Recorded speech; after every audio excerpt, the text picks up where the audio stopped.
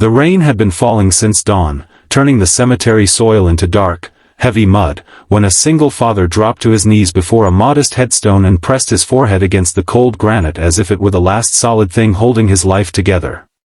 His shoulders shook, not loudly, not dramatically, but with the quiet collapse of a man who had already cried too much in private. A small boy stood a few steps behind him, clutching a wilted bouquet with trembling hands, confused by grief he was too young to understand but old enough to feel. It was in that moment, when the air itself seemed to hold its breath, that a black luxury car stopped behind them, and a powerful woman stepped out, frozen by a sight she never expected to see again. What followed would unravel a past buried deeper than the grave itself. Before the story unfolds any further, take a moment to support this channel. If you believe in kindness, second chances, and the quiet power of love that survives loss, please like this video, share it with someone who needs hope, leave a comment, and subscribe for more heart-touching stories like this one. Your support helps stories like this reach the hearts that need them most. The man at the grave was named Aaron Collins, a 37-year-old widower living in a small town in Ohio, raising his son Noah on a mechanic's salary that barely stretched to cover rent, groceries, and school supplies. Aaron's hands were rough from years of labor, his back slightly bent from lifting engines and carrying burdens that no one ever saw. The woman whose name was etched into the stone was Rebecca Collins, his wife, the love of his life, the one person who had believed in him before he ever learned how to believe in himself. She had died 5 years earlier after a sudden illness, leaving Aaron with a toddler, a mountain of medical bills, and a silence that never fully left the house.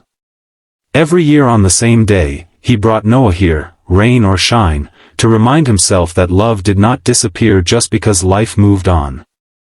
What Aaron never knew was that Rebecca had lived a life before him that she had deliberately sealed away.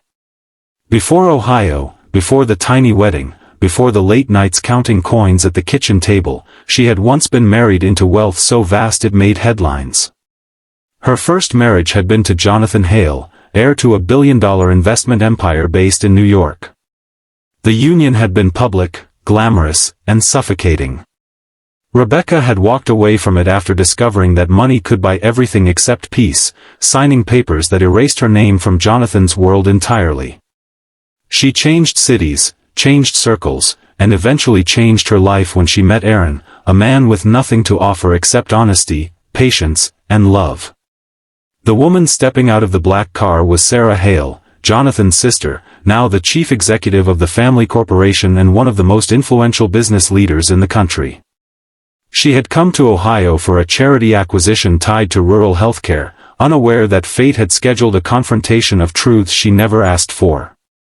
When Sarah's eyes fell on the name etched into the stone, her heart lurched in a way no boardroom battle ever had. Rebecca Collins. Her breath caught as memory rushed back, and then her gaze dropped to the man kneeling there, holding himself together with sheer will. In a moment that shattered her certainty, Sarah realized the impossible truth. The woman buried here had once been her sister-in-law, and the man grieving her was living a life Jonathan had never known existed. Aaron felt her presence before he saw her, the weight of attention pressing against his spine. When he finally stood and turned, he saw a woman dressed in tailored black, rain beating off her coat, eyes wide not with judgment but with something closer to shock and sorrow combined. Noah shifted closer to his father, sensing tension without understanding it. Sarah did not speak immediately. Instead, she looked at the child, then at Aaron, then back at the grave, piecing together fragments of a story that had never been told to her. She recognized Rebecca's handwriting in the carved verse, the same scripture Rebecca used to write in old letters Jonathan never answered. The truth came out slowly, not through confrontation but through necessity. Sarah introduced herself, and Aaron, confused but polite, listened as she explained her connection to Rebecca without naming wealth or power first. The realization hit him like cold water. The woman he loved, the woman who had washed grease from his hands and kissed him goodnight in a rented apartment, had once belonged to a world so far removed from his own that it felt unreal. Yet none of it changed the years they had shared, the promises they had kept, or the way she had chosen him when she could have chosen anything else. As days passed, Sarah remained in town longer than planned. She watched Aaron juggle work and fatherhood, saw the way Noah clung to him, witnessed a life built not on excess but on effort. Guilt crept in as Sarah realized how thoroughly Rebecca had erased herself from the Hale legacy, never asking for a dime, never seeking protection or privilege. When Sarah discovered the stack of unpaid hospital bills still haunting Aaron's credit, something inside her shifted from curiosity to responsibility. She had spent her life mastering mergers and acquisitions, but this was different. This was about honoring a woman who had once been family and had chosen love over legacy. Help came quietly at first. The medical debt disappeared through anonymous channels. Aaron's aging car was replaced with a reliable one through a dealership donation. A scholarship fund was set up in Noah's name without press releases or headlines. Aaron sensed change but refused to ask questions, wary of charity that came with strings. What he didn't know was that Sarah had gone back to New York and confronted her brother with the truth he had never been allowed to hear. Jonathan learned that Rebecca had lived fully, loved deeply, and died without regret. The knowledge broke him open in ways money never could.